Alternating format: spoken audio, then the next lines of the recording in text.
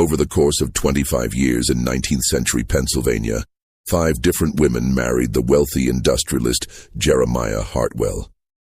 Each bride was intelligent, healthy, and full of life when she entered his grand mansion on Beacon Hill. But one by one, every single wife suffered the exact same horrifying fate. Complete mental breakdown within months of living in the master bedroom suite. The pattern was so consistent, so methodical, that when the truth finally emerged in 1835, it would shock not just Millbrook County, but the entire state of Pennsylvania. What authorities discovered wasn't coincidence or family curse, but something far more sinister. A deliberate conspiracy that had been destroying women's minds for decades. Tonight, we uncover the terrifying truth about what really happened in that mansion, and how one man systematically drove 5 wives to madness using methods so calculated that even today, they chill the blood. Before we continue with the story of Jeremiah Hartwell and his tragic wives, make sure to subscribe to our channel and let us know in the comments what state you're listening from. You might be surprised how close these dark events happened to your own home. The events that would shock Pennsylvania began in the prosperous town of Millbrook, nestled in the coal-rich valleys southwest of Pittsburgh. By 1820, the Industrial Revolution had transformed this once quiet farming community into a bustling center of commerce, with smoke-belching factories lining the Monongahela River and newly wealthy families building grand mansions on the surrounding hills. Jeremiah Hartwell arrived in Millbrook in 1821, an ambitious young man of 25 with a keen eye for opportunity. Unlike many industrialists of his era who inherited their wealth, Hartwell had clawed his way up from modest beginnings in rural Ohio. His father had been a blacksmith, and Jeremiah had learned early that success required both intelligence and ruthless determination. Within 5 years of his arrival, he had established the Hartwell Iron Works, specializing in the production of railroad components that were desperately needed as America expanded westward. The Hartwell Mansion, completed in 1828, stood as a testament to his rapid rise. Perched on Beacon Hill overlooking the town, the 3-story Georgian structure boasted 42 rooms, imported marble fixtures, and manicured gardens that stretched for acres. The townspeople marveled at its grandeur, particularly the master bedroom suite that occupied the entire east wing of the 2nd floor. Hartwell had spared no expense in its decoration, with hand-painted wallpaper from France, a massive 4-poster bed carved from Pennsylvania cherry wood, and tall windows that offered panoramic views of the valley below. What made Hartwell's success even more remarkable was his personal magnetism. Standing over 6 feet tall with piercing blue eyes and prematurely silver hair, he possessed the kind of commanding presence that made both business rivals and social peers take notice. Local society matrons competed to invite him to their gatherings, and unmarried daughters of prominent families found themselves inexplicably drawn to his sophisticated charm and obvious wealth. Hartwell seemed to understand exactly how to make each person feel as though they were the most important individual in the room. This combination of wealth, charm, and social position made Jeremiah Hartwell the most eligible bachelor in western Pennsylvania. When he announced his engagement to Margaret Dunlap, the 19-year-old daughter of a respected judge, the entire community celebrated what appeared to be a perfect match. The wedding, held in October 1829, was described by the Millbrook Gazette as the social event of the decade, with over 300 guests attending the elaborate ceremony at St. Andrew's Presbyterian Church. Margaret Hartwell's transformation began slowly, almost imperceptibly, in the spring following her wedding. At first, the changes seemed like the natural adjustments of a young bride adapting to married life. She had always been known for her quick wit and engaging conversation at social gatherings, but now she appeared distracted during visits, often staring out windows with a peculiar intensity that made her guests uncomfortable. Her sister, Catherine Dunlap, later recalled in a private letter that Margaret had begun speaking about the house as though it were watching her. She would stop mid-conversation and turn toward empty doorways, Catherine wrote, as if someone had called her name. When I asked what she heard, she would smile in that strange way and say, "Just the house settling, dear sister. Old houses have their own language." By summer, Margaret's behavior had become noticeably erratic. She began refusing to sleep in any room other than the master bedroom, claiming that the house felt wrong when she wasn't in her proper place.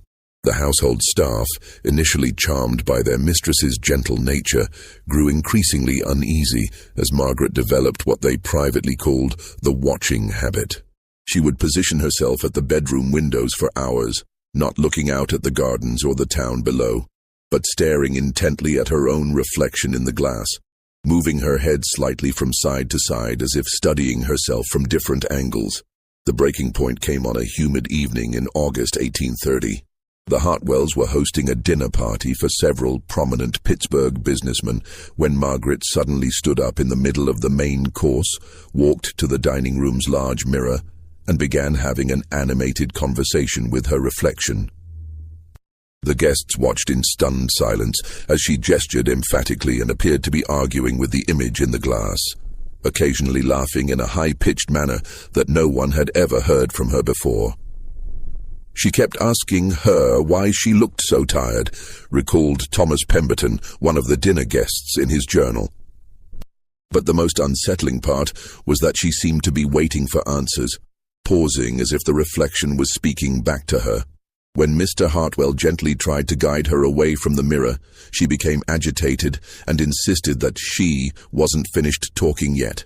That night, according to the testimony of Sarah Quinn, the head housekeeper, Margaret was found at 3 a.m. standing in the master bedroom, completely naked, methodically tearing down the French wallpaper strip by strip. When Sarah entered the room, Margaret turned with a serene smile and explained that she needs to see what's underneath. The walls, when fully exposed, revealed nothing but standard plaster and wooden laths, but Margaret nodded with satisfaction as if she had uncovered some crucial secret. Dr. Harrison Henley, the family physician, was summoned the following morning. His examination revealed a physically healthy 20-year-old woman who appeared to be suffering from what he termed severe nervous exhaustion, complicated by obsessive melancholia. In his notes, which would later become crucial evidence, Dr. Henley wrote, "Mrs. Hartwell demonstrates an unusual fixation with mirrors and reflective surfaces, coupled with an insistence that her reflection is somehow separate from herself. Most disturbing is her absolute certainty that this other self provides her with information about the house and its history." Within 2 weeks, Margaret's condition had deteriorated to the point where she required constant supervision. She had become convinced that mirrors throughout the house contained messages that only she could interpret, and she spent her days moving from reflection to reflection, carrying on detailed conversations with what she called the other Margarets. When family members tried to cover the mirrors, she became violently agitated, scratching at the cloth coverings until her fingernails bled. The final incident occurred on September 15, 1830. Margaret somehow managed to gather every mirror, piece of polished silver, and reflective surface in the mansion into the master bedroom. She arranged them in a complex pattern around the room, then spent the entire night in what the housekeeper described as a conference with her other selves. By morning, she had lost the ability to recognize anyone, including her husband, and spoke only to the reflections which she insisted were her real family. Dr. Henley, after consulting with colleagues in Philadelphia, made the difficult recommendation that Margaret be committed to the Pennsylvania Hospital for the Insane. On a gray October morning, as autumn leaves swirled around the Hartwell mansion, Margaret was led away in a closed carriage, still calling over her shoulder to tell the others, "I'll be back soon." She would spend the remaining 43 years of her life in that institution, never recovering her sanity and never ceasing to search for mirrors in her restricted room.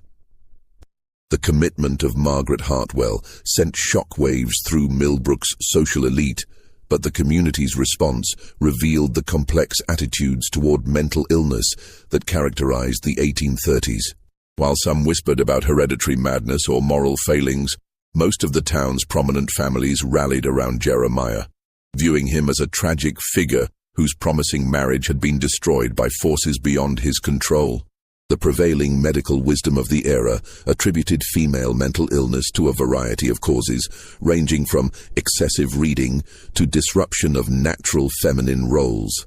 Dr. Henley's official report, submitted to the county authorities, cited Margaret's condition as likely resulting from overstimulation of the nervous system due to the sudden elevation in social position and domestic responsibilities. This explanation satisfied most observers as it aligned with common beliefs about the delicate nature of the female constitution. For 3 years following Margaret's commitment, Jeremiah Hartwell lived as a reclusive widower, maintaining his business interests but avoiding social gatherings. The master bedroom was sealed, its contents covered with white sheets, and Jeremiah moved to a smaller room on the 3rd floor. The household staff, reduced to just the essential positions, reported that their employer spent most evenings in his study, poring over medical texts and correspondence with various physicians about his wife's condition. During this period, Hartwell became obsessed with understanding what he called the science of mental affliction. He accumulated an extensive library on topics ranging from phrenology to the latest European theories about nervous disorders. His personal journals, discovered decades later, reveal a man genuinely tormented by his wife's fate and desperately seeking rational explanations for her breakdown. In 1833, Jeremiah received word that Margaret had died in the asylum, her final years marked by progressive physical deterioration that accompanied her mental decline. The funeral was a small, private affair attended only by immediate family members. Margaret was buried in the Hartwell family plot in Millbrook Cemetery, her gravestone bearing only her name, dates, and the inscription, "Beloved wife, at peace." The tragedy seemed to mark the end of one chapter in Jeremiah's life, but those closest to him noticed that Margaret's death had changed him in subtle but profound ways. His business associates remarked that he had developed an almost obsessive attention to detail in his personal appearance and surroundings. He began requiring that all mirrors in his office be cleaned twice daily, and he had developed a habit of checking his reflection frequently throughout business meetings, as if verifying that he appeared normal to others. More significantly, Hartwell had begun speaking about marriage again, but in terms that struck many as coldly analytical rather than romantic. He would discuss the requirements of a suitable wife with the same methodical approach he applied to business negotiations, creating what he called compatibility assessments for potential candidates. It was during this period that Hartwell met Elena Rodriguez, the 22-year-old daughter of a Spanish merchant who had recently established trading connections with Pittsburgh's growing industrial sector. Elena possessed a rare combination of intelligence and beauty that immediately captured Hartwell's attention. But more importantly, she demonstrated what he described as exceptional mental resilience during their courtship conversations. Their engagement, announced in the spring of 1834, surprised many in Millbrook society who had assumed Hartwell would never remarry. But those who observed the couple together noted that Jeremiah seemed to have recovered his earlier charm and confidence. Elena, for her part, appeared genuinely happy and excited about becoming mistress of the grand mansion on Beacon Hill. The wedding took place in June 1834, a more modest affair than Hartwell's first marriage, but still elegant enough to satisfy social expectations. As Elena moved into the mansion, Hartwell made a decision that would later seem significant. He reopened the master bedroom suite, having it completely redecorated with new wallpaper, furnishings, and, most notably, an entirely new collection of mirrors. Elena embraced her role as mistress of the Hartwell household with enthusiasm and grace. She was particularly proud of the master bedroom, often giving tours to visiting ladies and pointing out the beautiful mirrors that reflected light throughout the spacious suite. She seemed to take special pleasure in the large vanity mirror, where she would sit each morning and evening, brushing her long dark hair while chatting happily with her personal maid about the day's activities. For the first 6 months of their marriage, Eleanor appeared to be thriving in her new life. She quickly became popular among the local social set, known for her warmth, intelligence, and genuine interest in others. Unlike Margaret, who had been somewhat shy and reserved, Eleanor possessed a natural confidence that made her an ideal hostess for Jeremiah's business entertaining. But by the winter of 1834, those closest to Elena began to notice subtle changes in her demeanor and habits. The first signs of Elena's deterioration appeared in February 1835, manifesting in ways that were eerily reminiscent of Margaret's early symptoms, though the household staff had been strictly instructed never to discuss the previous Mrs. Hartwell's illness with the new bride. Elena's personal maid, Maria Santos, a young woman who had accompanied Elena from her father's household, kept detailed notes in her private diary about her mistress's changing behavior. These notes, discovered years later hidden in the mansion's attic, provide the most complete record of Elena's gradual transformation. Senora Elena has begun spending much longer at her vanity, Maria wrote in early February. This morning she sat brushing her hair for nearly 2 hours, but she was not looking at herself. She was staring just to the left of her reflection, as if watching someone else in the mirror. When I asked if she needed anything, she said, "She's trying to tell me something important, Maria. I must listen carefully." By March, Elena had developed what she called mirror conversations, though she insisted they were different from simply talking to herself. According to Maria's accounts, Elena would position herself before various mirrors throughout the house and engage in what appeared to be dialogues, pausing to listen and responding to unheard questions or comments. Unlike Margaret's agitated interactions with her reflection, Eleanor's conversations seemed pleasant and informative. "She tells me things about the house that I never knew," Elena confided to Maria one afternoon. "About the previous family who lived here, about the secrets hidden in the walls. She's very knowledgeable about household management too. She's given me excellent advice about organizing the staff schedules." Dr. Henley, still serving as the family physician, was discreetly consulted when Elena's behavior became more pronounced. His private notes from this period reveal his growing concern about what he termed a most troubling parallel to the previous Mrs. Hartwell's condition. However, Elena's symptoms differed in significant ways that made diagnosis difficult. While Margaret had become increasingly agitated and incoherent, Elena remained articulate, rational, and functional in all areas, except her relationship with mirrors. The turning point came in April 1835, when Elena announced to the household staff that she had learned something very important from her conversations with what she now called the Mirror Woman. She had discovered, she claimed, that the previous Mrs. Hartwell was still present in the house, trapped within the reflective surfaces and trying to warn future wives about the truth behind the walls. Elena has become convinced that the mirrors contain some form of spiritual presence, Dr. Henley wrote to a colleague in Philadelphia. However, unlike cases of religious mania or supernatural delusions I have encountered, she maintains perfect rationality in all other matters. She continues to manage the household efficiently, maintains normal social relationships, and shows no signs of the physical deterioration typically associated with mental illness. The obsession appears to be completely focused on reflective surfaces and what she believes they reveal about the house's history. Jeremiah's reaction to his second wife's developing condition was markedly different from his response to Margaret's illness. Rather than seeking immediate medical intervention, he began what he called careful observation and documentation of Elena's behavior. His journals from this period show a man trying to understand the apparent pattern emerging in his household. "Elena's condition progresses along remarkably similar lines to Margaret's," he wrote, "yet with enough variation to suggest that the underlying cause may be environmental rather than constitutional. Both women were perfectly healthy before residing in the master bedroom suite. Both developed fixations with mirrors within months of taking up residence. Both claimed to receive information from their reflections that they could not have known previously." This analytical approach led Hartwell to conduct what he called controlled experiments with Eleanor's condition.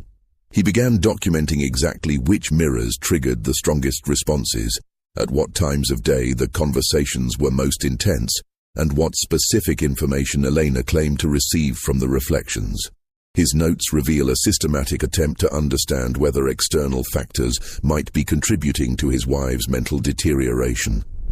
The experiments yielded disturbing results. Elena's most intense episodes occurred in the master bedroom between sunset and midnight, always involving the same large vanity mirror that had been Margaret's primary focus. The conversations followed consistent patterns, with Elena asking questions about the house's history and receiving what she described as detailed answers about previous residents, hidden rooms, and secrets that must be preserved. Most unsettling was Elena's claim that the reflection had shown her the truth about what happened to the first wife. According to Elena, Margaret had not gone insane at all, but had discovered something so shocking about the house or its owner that she had been deliberately made to appear mentally ill to discredit her potential revelations. The Mirror Woman says Margaret knew too much, Elena told Maria in May 1835. She says that's why Margaret had to be sent away to protect the important secret.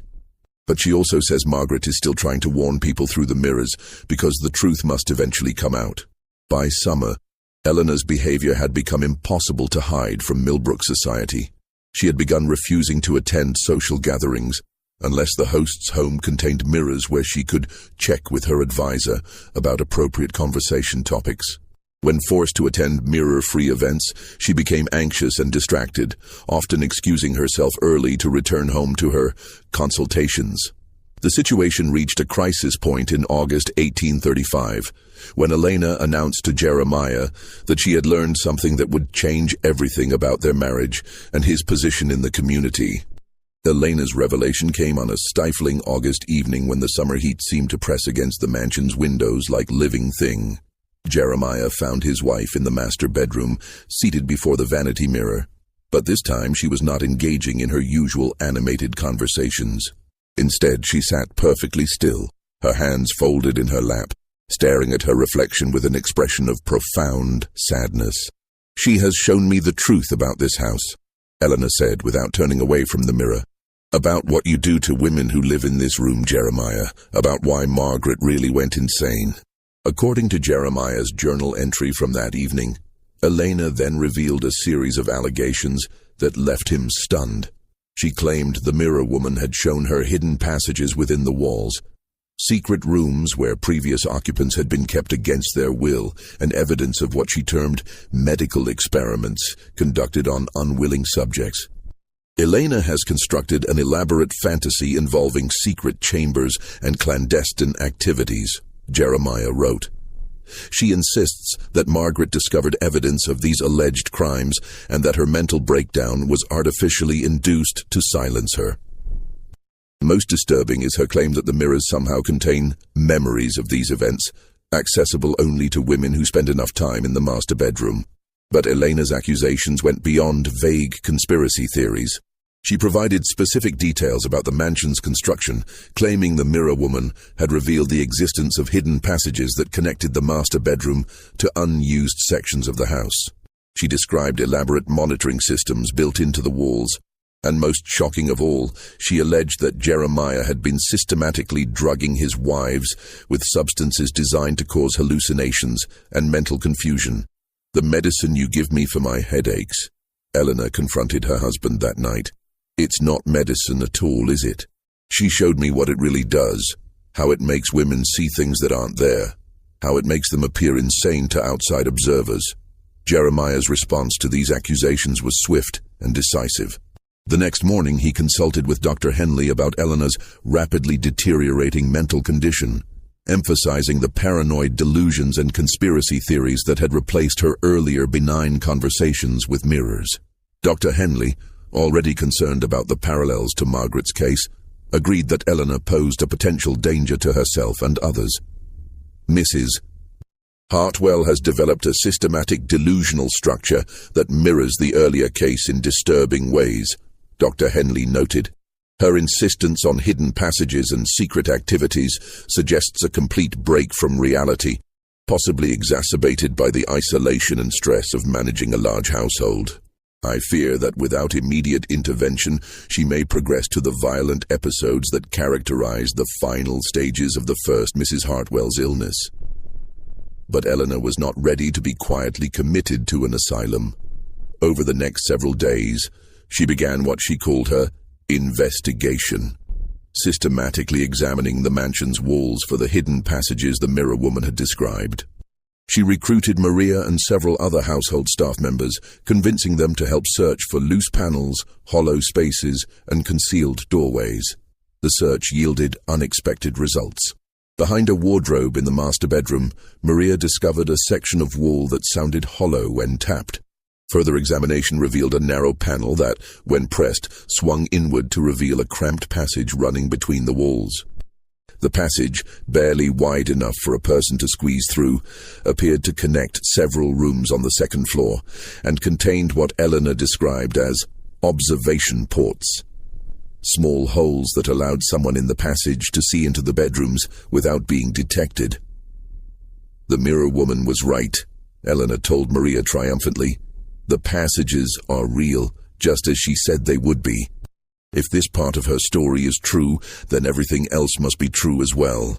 The discovery of the hidden passages sent shockwaves through the household staff, but their impact on Jeremiah was even more profound. His journal entries from this period show a man struggling to maintain control of a situation that was spiraling beyond his ability to manage through conventional means. Elena's delusions have led to the discovery of architectural features I was unaware existed in my own home, he wrote. The previous owner made no mention of these passages during the property transfer, and I can only assume they were constructed for purposes I cannot fathom. However, Elena's interpretation of their significance has become completely divorced from rational explanation.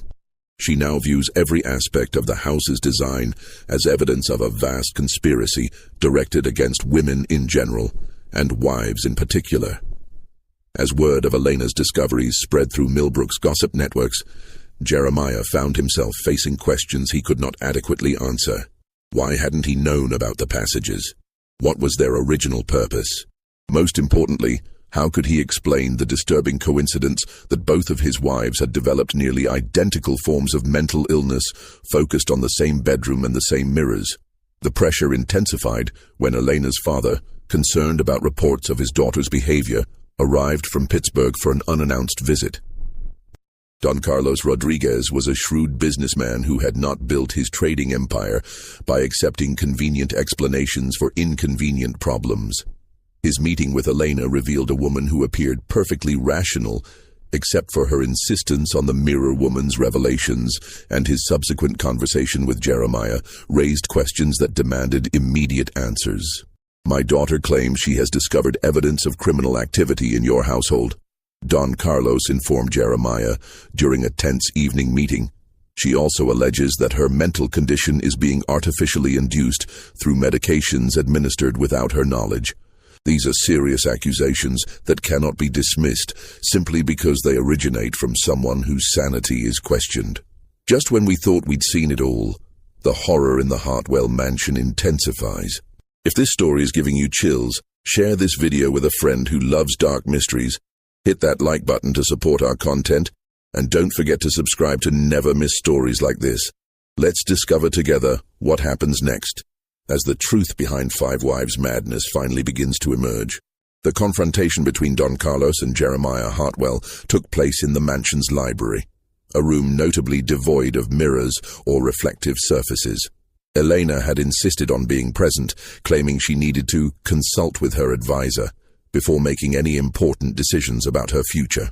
When informed that no mirrors were available in the library, she became agitated and requested that a hand mirror be brought to the meeting. I cannot discuss important matters without her guidance, Elena insisted. She knows things about this house and its history that no one else understands. She has been trying to protect me, just as she tried to protect Margaret. Don Carlos's reaction to his daughter's behavior was markedly different from the responses of previous observers. Rather than dismissing Elena's claims as delusional, he began asking specific questions about the information she claimed to receive from the mirror woman. His approach revealed details that had not emerged during Dr. Henley's medical examinations. Tell me exactly what this mirror woman has revealed about the house's previous occupants, Don Carlos requested. Elena's response provided information that should have been impossible for her to know. Detailed descriptions of the mansion's original owner, specific architectural features that predated Jeremiah's ownership, And most disturbing of all, accurate information about financial transactions and business dealings that had occurred before her arrival in Millbrook. Jeremiah's attempts to explain these revelations as coincidence or lucky guesses were undermined by Elena's continued accuracy. She described business associates Jeremiah had never mentioned to her, detailed his private correspondence with investors, and most shocking of all, provided accurate accounts of conversations that had taken place in the library years earlier, before she had ever set foot in the house. "The mirror woman sees everything that happens in the house," Elena explained. "She has been watching and listening for years, accumulating information about all the residents and visitors. She knows about the secret business arrangements, the hidden financial records, the real reason Jeremiah chose this particular house for his residence." As Elena continued her revelations, a pattern emerged that transformed the investigation from a medical case to a criminal inquiry. The information she provided suggested that the Hartwell mansion had been deliberately chosen for its hidden passages and observation capabilities, that Jeremiah's business success was built on information gathered through covert surveillance of his guests and competitors, and most damning of all, that his marriages were strategic arrangements designed to provide cover for activities that require the appearance of domestic respectability. The evening's discussion was interrupted by the arrival of Dr. Henley, summoned by Jeremiah to provide medical testimony about Elena's condition. However, Don Carlos's presence changed the dynamic of what Jeremiah had intended as a commitment hearing. Instead of a simple evaluation of Elena's mental state, the meeting became an interrogation of the circumstances surrounding both wives' illness. "Dr. Henley," Don Carlos inquired, "in your medical opinion, what could cause two different women, with no previous history of mental illness, to develop nearly identical symptoms after residing in the same location?" Dr. Henley's response revealed the limitations of 1830s medical knowledge, but also his growing suspicions about the case. While such coincidences are unusual, he admitted, they are not impossible.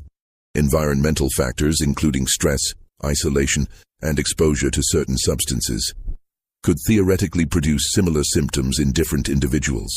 However, the specific focus on mirrors and the consistent reports of receiving information from reflections suggest either a shared delusion or what, Doctor?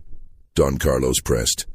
Or the possibility that both women were exposed to similar environmental conditions that produce similar hallucinogenic effects, making them susceptible to suggestion and false memories while maintaining their ability to function normally in other areas.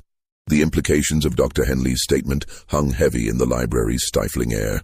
If Elena's condition was artificially induced, then Margaret's similar breakdown took on an entirely different meaning. Rather than tragic coincidences, the wife's mental illness became evidence of systematic manipulation designed to discredit women who had learned information that threatened Jeremiah's carefully constructed facade. As the evening wore on, Eleanor's behavior became increasingly erratic, but in ways that suggested desperation rather than madness.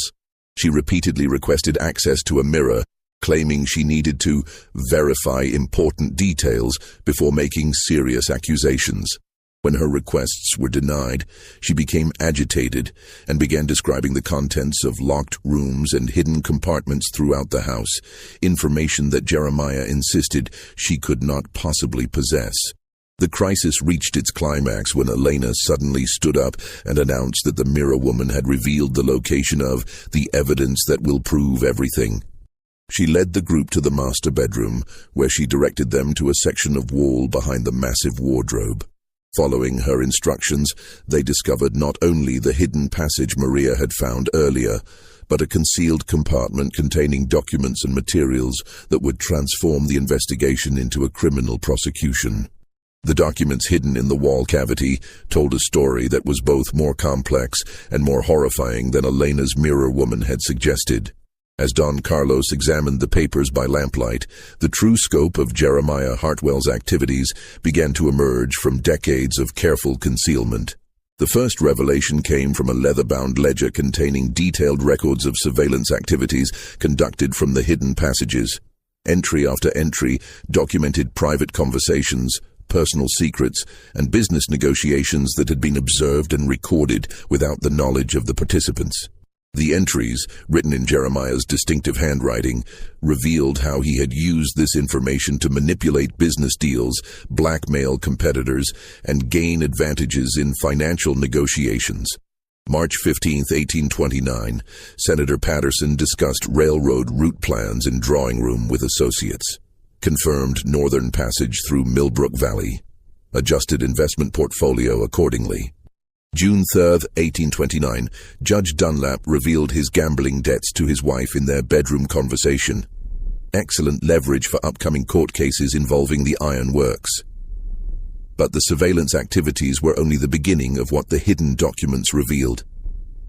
A second collection of papers, wrapped in oilcloth and tucked beneath loose floorboards, contained correspondence with a Dr. Heinrich Zimmermann, a German physician who had been conducting what he called experimental treatments for female hysteria at private institutions throughout Pennsylvania. Dr. Zimmermann's letters, written in a mixture of English and German, described a systematic program designed to induce controlled mental instability in women who posed threats to their husbands' interests. The treatments involved carefully measured doses of various substances, including mercury compounds, laudanum derivatives, and plant extracts that produced hallucinations and disorientation while leaving patients physically functional. The beauty of the treatment, Dr. Zimmermann wrote in one letter, is that the subject retains enough rationality to appear normal in casual interactions, while developing specific obsessions and delusions that discredit any inconvenient truths they might reveal. The focus on mirrors is particularly effective, as it appears to be a natural feminine vanity taken to pathological extremes. Elena's accusations about being drugged were not paranoid delusions. They were accurate descriptions of a systematic poisoning program designed to drive her insane while maintaining the appearance of natural mental illness. The headache medicine Jeremiah provided contained carefully measured doses of substances that produced visual hallucinations, particularly when combined with the stress of isolation and the psychological pressure of living under constant surveillance. Margaret Hartwell had not suffered a tragic mental breakdown. She had been deliberately poisoned when she discovered evidence of Jeremiah's surveillance activities. Her increasingly erratic behavior was the result of drugs that made her see disturbing images in mirrors, while her attempts to communicate what she had learned were dismissed as the ravings of a mad woman. The most chilling discovery came from a final set of documents that revealed the true scope of Jeremiah's plans. He had not simply been conducting surveillance and blackmail from his mansion. He had been operating what amounted to a private intelligence network, using his social position and business connections to gather information for clients throughout Pennsylvania's political and business elite. The mansion's hidden passages weren't just spy holes. They were part of an elaborate system that included concealed recording devices, document copying facilities, and storage areas for compromising materials. Jeremiah's marriages weren't romantic relationships. They were business arrangements designed to provide him with hostesses who could gather information at social events while remaining above suspicion due to their apparent respectability. When Margaret discovered evidence of these activities, Jeremiah had used Dr. Zimmermann's experimental treatments to discredit her potential revelations. When Elena began asking similar questions, he had simply repeated the same process, confident that the medical establishment's ignorance about the true causes of her symptoms would protect him from serious investigation. Don Carlos's reaction to these revelations was swift and decisive. As a successful businessman with political connections throughout western Pennsylvania, he understood immediately that the documents represented evidence of criminal conspiracy on a massive scale. More importantly, he recognized that his daughter's life was in immediate danger as long as she remained in Jeremiah's control. "Elena will be leaving this house tonight," he informed Jeremiah, "and she will be taking these documents with her as evidence for the authorities. Dr. Henley, I assume you will be revising your medical opinion regarding my daughter's condition in light of this evidence." Dr. Henley's response revealed the ethical crisis facing medical professionals confronted with evidence that their patients had been systematically poisoned by people they trusted. "If these documents are authentic," he said slowly, Then both Mrs. Margaret Hartwell and Mrs. Elena Hartwell were victims of deliberate poisoning designed to simulate mental illness. Mrs. Elena's condition should improve rapidly once the toxic substances are eliminated from her system. Jeremiah's reaction to the discovery was surprisingly calm, suggesting a man who had prepared for the possibility of exposure. "The documents you found are forgeries," he claimed, planted by Elena during her delusional episodes. "The correspondence with this alleged Dr. Zimmerman is fictional, designed to support her paranoid fantasies about being poisoned. I'm afraid her mental condition has progressed to the point where she's capable of creating elaborate false evidence to support her delusions."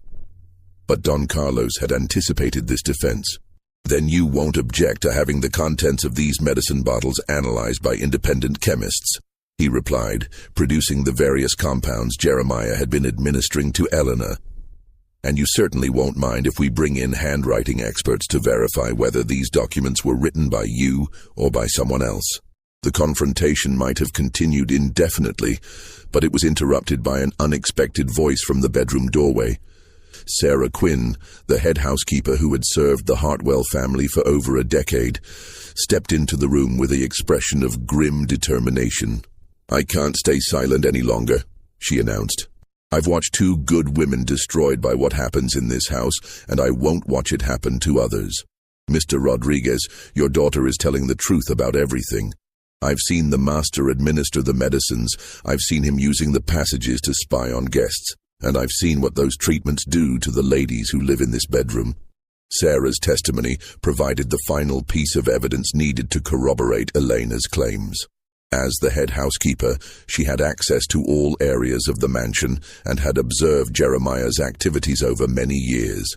More importantly, she had witnessed Margaret's deterioration and recognized the identical pattern beginning to emerge in Elena's behavior. "I prepared the medicines, Mr. Hartwell gave to both wives," Sarah confessed, her voice trembling with years of suppressed guilt. "He told me they were treatments prescribed by Dr. Henley, but I noticed they came from unmarked bottles that arrived through private correspondence. When I asked about them, Mr. Hartwell said they were experimental remedies from European physicians that weren't available through local apothecaries." Sarah's detailed account revealed the methodical nature of Jeremiah's deception. She described how he had gradually increased the dosages of the mysterious compounds, timing the administration to coincide with periods when the wives spent extended time in the master bedroom. She had observed both women's growing fixation with mirrors, their increasing isolation from friends and family, and their progressive inability to distinguish between reality and hallucination. "The most terrible part," Sarah continued, "was watching them try to tell people what they were experiencing, only to have everyone dismiss their words as madness. Mrs. Margaret kept insisting that someone was watching her through the walls, that her food tasted strange, that the mirrors showed her things that couldn't be real. Everyone said it was nervous hysteria, but I knew something was wrong when Mrs. Elena began describing exactly the same experiences." Dr. Henley's professional reputation hung in the balance as the full scope of his unwitting participation in Jeremiah's scheme became clear. The medicines he had prescribed for both women's headaches and nervous conditions had been replaced with Jeremiah's poisonous compounds, administered under the guise of legitimate medical treatment. His diagnoses of mental illness had provided the perfect cover for systematic poisoning, allowing Jeremiah to destroy his wife's credibility while maintaining his own reputation as a caring husband dealing with family tragedy. "I need to examine Mrs. Elena immediately," Dr. Henley announced, his professional composure cracking under the weight of his realization. "If she has been subjected to chronic poisoning with hallucinogenic compounds, there may be physical evidence that could support these allegations. More importantly, we need to begin treatments to counteract any substances still in her system." But even as the evidence mounted against him, Jeremiah Hartwell demonstrated the calculating intelligence that had made him successful in business and espionage. Rather than continuing to deny the accusations, he shifted to what appeared to be a confession designed to minimize his legal exposure. "You're correct that I have been conducting surveillance activities from this house," he admitted with calm deliberation. The hidden passages were installed by the previous owner, a man with similar business interests who found them useful for gathering information about potential investors and competitors. When I purchased the property, I continued using these facilities because they provided significant advantages in commercial negotiations. Jeremiah's partial confession was carefully crafted to acknowledge the surveillance while denying the more serious charges of poisoning and conspiracy. He claimed that his wives had discovered the passages independently and had suffered mental breakdowns due to the stress of learning about his business activities. The medicines, he insisted, were legitimate treatments that had unfortunately proven ineffective against their deteriorating conditions. Margaret became obsessed with the idea that I was using the passages to spy on her personally, Jeremiah explained, when in reality I was simply conducting necessary business intelligence gathering. Her mental condition deteriorated rapidly once she became convinced that every aspect of our marriage was part of some elaborate deception. Elena has unfortunately followed a similar pattern, constructing elaborate conspiracy theories to explain perfectly legitimate business activities. This explanation might have been persuasive under normal circumstances, but the presence of Dr. Zimmerman's correspondence made it impossible to sustain. The German physician's letters were too specific, too detailed, and too obviously connected to the symptoms both women had experienced to be dismissed as coincidence. Don Carlos had no intention of allowing Jeremiah to escape through legal technicalities. "We'll let the courts determine whether your activities constitute legitimate business or criminal conspiracy," he declared. "In the meantime, Elena will be removed from this house immediately and placed under the care of physicians who haven't been compromised by your deceptions." The confrontation was reaching its conclusion when Elena herself, who had been sitting quietly during much of the discussion, suddenly spoke with a clarity and rationality that had been absent from her voice for months. "The mirror woman isn't gone," she said, her tone perfectly calm and lucid. "She's still here, still trying to warn people about what happens in this house. But I can see her clearly now, without the medicines clouding my vision. She's not a reflection or a spirit or a delusion. She's me, the part of me that stayed rational and observant, while the rest of my mind was being systematically destroyed." Elena's revelation represented a breakthrough that transformed the entire understanding of her condition. The mirror woman had been her own subconscious mind, fighting against the effects of the hallucinogenic drugs by creating an alternate personality that could observe and remember events accurately. The conversations with her reflection had been internal dialogues between the drugged, confused Elena and the rational Elena, who was trying to piece together the truth about her situation. "I remember everything now," Elena continued. "Every conversation I overheard through the passages, every document I saw when Jeremiah thought I was too disoriented to understand, every detail about his business arrangements and his correspondence with Dr. Zimmerman. The mirror woman wasn't giving me information. She was helping me remember information I had gathered myself but couldn't access consciously because of the drugs. The immediate aftermath of Elena's recovery and the discovery of Jeremiah's conspiracy sent shockwaves through Millbrook and the broader Pennsylvania business community. Don Carlos wasted no time in presenting the evidence to county authorities, while Dr. Henley began the process of documenting Elena's recovery as proof that her condition had been artificially induced. Within days of discontinuing Jeremiah's medicines, Elena's symptoms began to disappear rapidly. Her obsession with mirrors faded as her natural mental clarity returned, and her ability to distinguish between drug-induced hallucinations and reality was fully restored. Most significantly, her detailed memory of the information she had gathered during her months of impaired consciousness provided investigators with a comprehensive picture of Jeremiah's criminal network. The legal proceedings that followed revealed the true scope of what prosecutors termed the Hartwell conspiracy. Evidence gathered from the mansion's hidden compartments documented years of surveillance, blackmail, and information trafficking that had corrupted business and political dealings throughout western Pennsylvania. Jeremiah's clients had included corrupt judges, dishonest politicians, and unscrupulous businessmen who had paid substantial sums for compromising information about their rivals and opponents. Margaret Hartwell's tragic fate took on new meaning as investigators exhumed her body and conducted post-mortem examinations using the most advanced forensic techniques available in 1835. Traces of mercury and other toxic compounds found in her remains confirmed that she had died not from mental illness, but from the cumulative effects of systematic poisoning.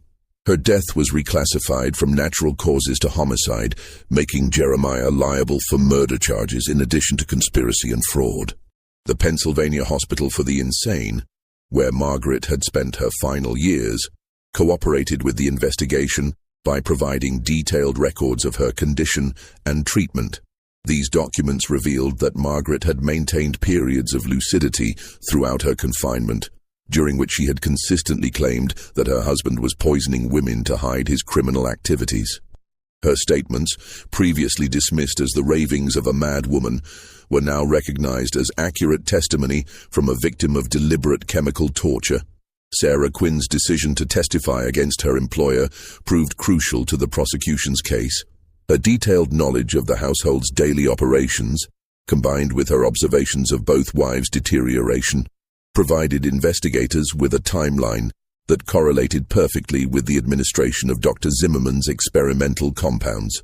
Her testimony also revealed the existence of other potential victims, houseguests and business associates, who had reported strange symptoms after visiting the Hartwell mansion. Dr. Zimmerman himself was located in Philadelphia, where he had been conducting similar experiments on patients at a private asylum. His arrest led to the discovery of a broader network of physicians and businessmen who had been using medical treatments as weapons against inconvenient women throughout Pennsylvania and neighboring states. The scandal, dubbed the poisoning conspiracy by newspapers, eventually implicated dozens of prominent men who had used similar tactics to silence wives, daughters, and female business associates who threatened their interests. Jeremiah Hartwell's trial became one of the most sensational criminal proceedings in Pennsylvania history.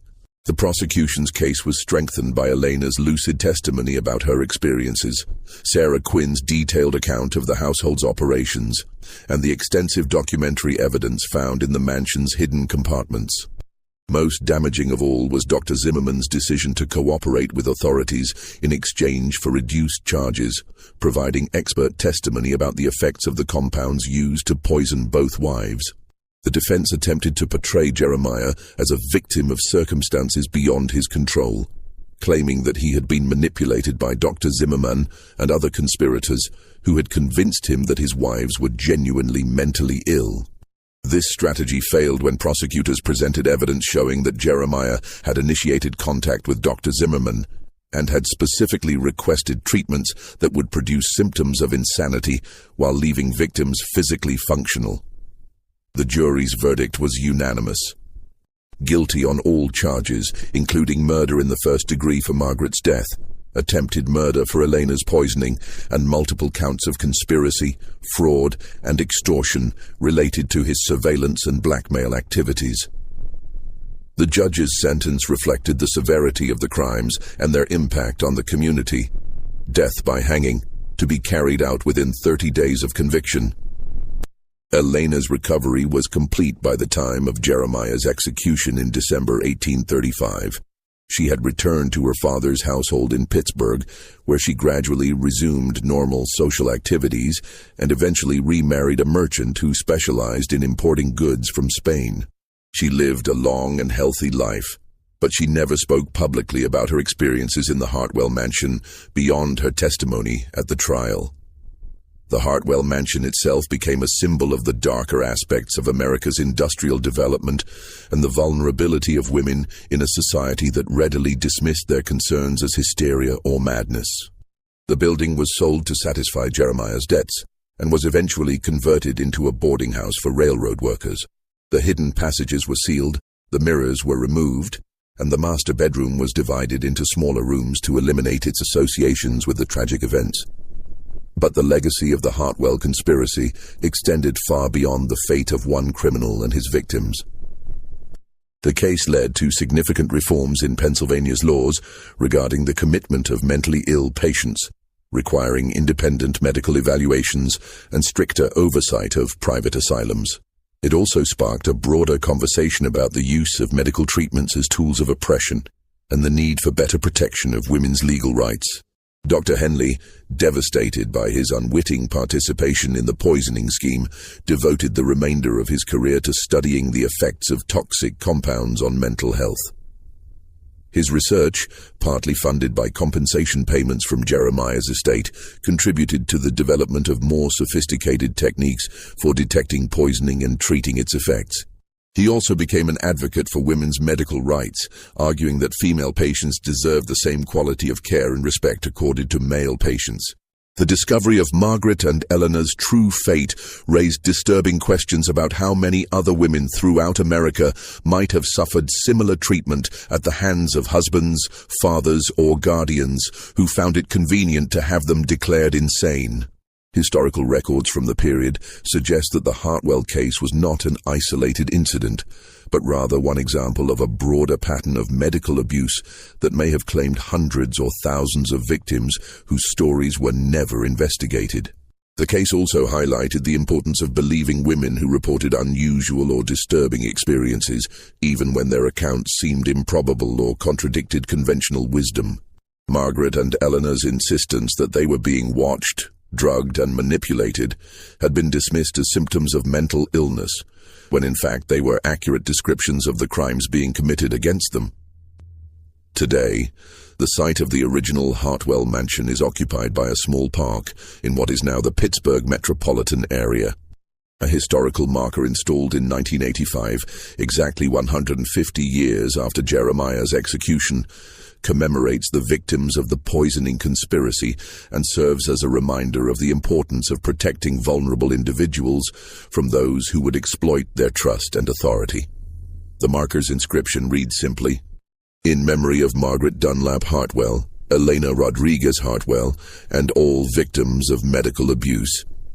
Their courage in seeking truth despite overwhelming obstacles helped establish important legal protections that continue to safeguard patients' rights today. This mystery shows us how easily the vulnerable can be victimized by those in positions of trust and authority, and how crucial it is to listen carefully when someone reports that their reality doesn't match what others expect them to experience." What do you think of this story? Do you believe everything was revealed, or might there have been other victims whose stories were never uncovered? Leave your comment below. If you enjoyed this tale and want more horror stories like this, subscribe, hit the notification bell, and share with someone who loves mysteries. See you in the next video.